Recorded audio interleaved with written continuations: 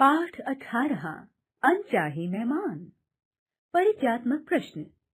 क्या आपके घर मेहमान आते हैं? आपके घर कौन कौन से मेहमान आते हैं? वे क्या क्या लाते हैं?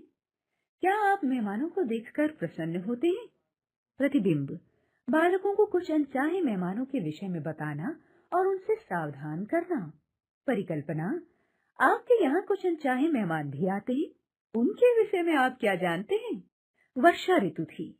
कई दिनों से पानी बरस रहा था। साय के समय वर्षा रुकी तो राजू कच्चे आंगन में बिछी चारपाई पर लेट गया। मौसम में उमस थी और चारों ओर सीलन का वातावरण। उसे कुछ भी अच्छा न लग रहा था। अचानक उसकी दृष्टि सामने की ओर पड़ी।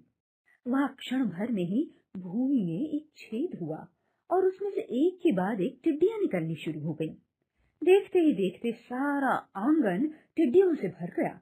दिन छिपने लगा था। टिड्डियों को देखकर असंख्य चमगादड़ उसके घर के ऊपर मंडराने लगे थे।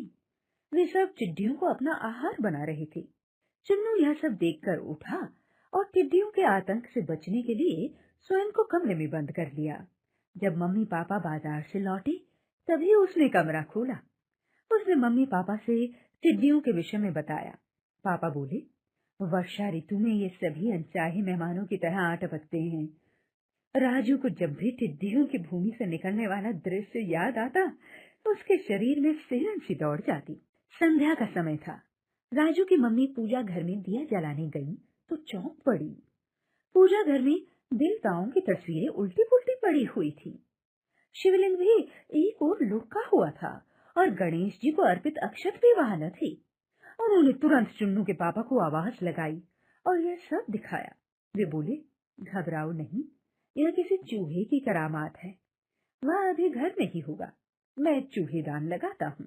राजू के पापा ने रोटी के टुकड़े पर घी चुपड़कर चूहेदान में अटका दिया और उसे एक ओर रख दिया जिधर कोई आता जाता न था। राजू की मम्मी ने पूजा घर में सभी तस्वीरें ठीक ठाक की। शिवलिंग को राजू के पापा ने यथास्थान रखा। तब पूजा की गई। अभी चूहेदान लगाए कुछ ही देर हुई थी कि उसने जोर से खटका दबा। लो, चूहा भी चूहेदान में आ बैठा, राजू के पापा ने कहा और उसे बाहर उठा लाए। चूहा चूहेदान में से निकलने के लिए बेचैन हो रहा था, परंतु बेबस था। अच्छा हुआ यह अभी पकड़ा गया। रात भर रुका रहता तो घर की सारी चीजें उलट पुलट कर देता। राजू की मम्मी ने कहा, मैं इसे अभी नाले के पार खेतों में छोड़कर आता हूँ। कहते हुए राजू के पापा घर से बाहर निकल गए। राजू के पापा को कबाड़ी की दुकान से पुरानी पुस्तकें लाने का शौक था। आज भी वे बांस पेपर की जिल्द चढ़ी एक पुस्तक लेकर आए थे। रात को भोजन करके वे अपने बिस्तर पर जा लेते और पुस्तक उलट पुलट कर देखने लगे। उन्हें लगा कि बांस पेपर की जिल्द अधिक पुरानी है और इसमें से अजीब सी गंध भी आ रही है। उन्होंने उसे उतारा तो उसमें 2 छोटे कॉकरोच निकल पड़े। उनके हाथ से पुस्तक छूटकर नीचे गिर गई। देखते ही देखते कॉकरोच घर में गायब हो गए। उन्होंने यह बात चुन्नू और उसकी मम्मी से बताई। तीनों ने कॉकरोचों को बहुत खोजा पर वे न मिल पाए।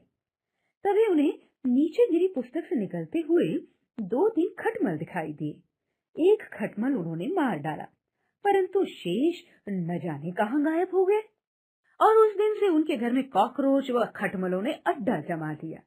उनकी संख्या बहुत बढ़ गई। खटमलों को उन्होंने चारपाइयों में बड़े यत्न से दवाई आदि डालकर समाप्त किया, परंतु कॉकरोच कहीं न गए। वे सदा के लिए घर में बस गए। राजू के पापा इन सब से बहुत परेशान हो गए थे।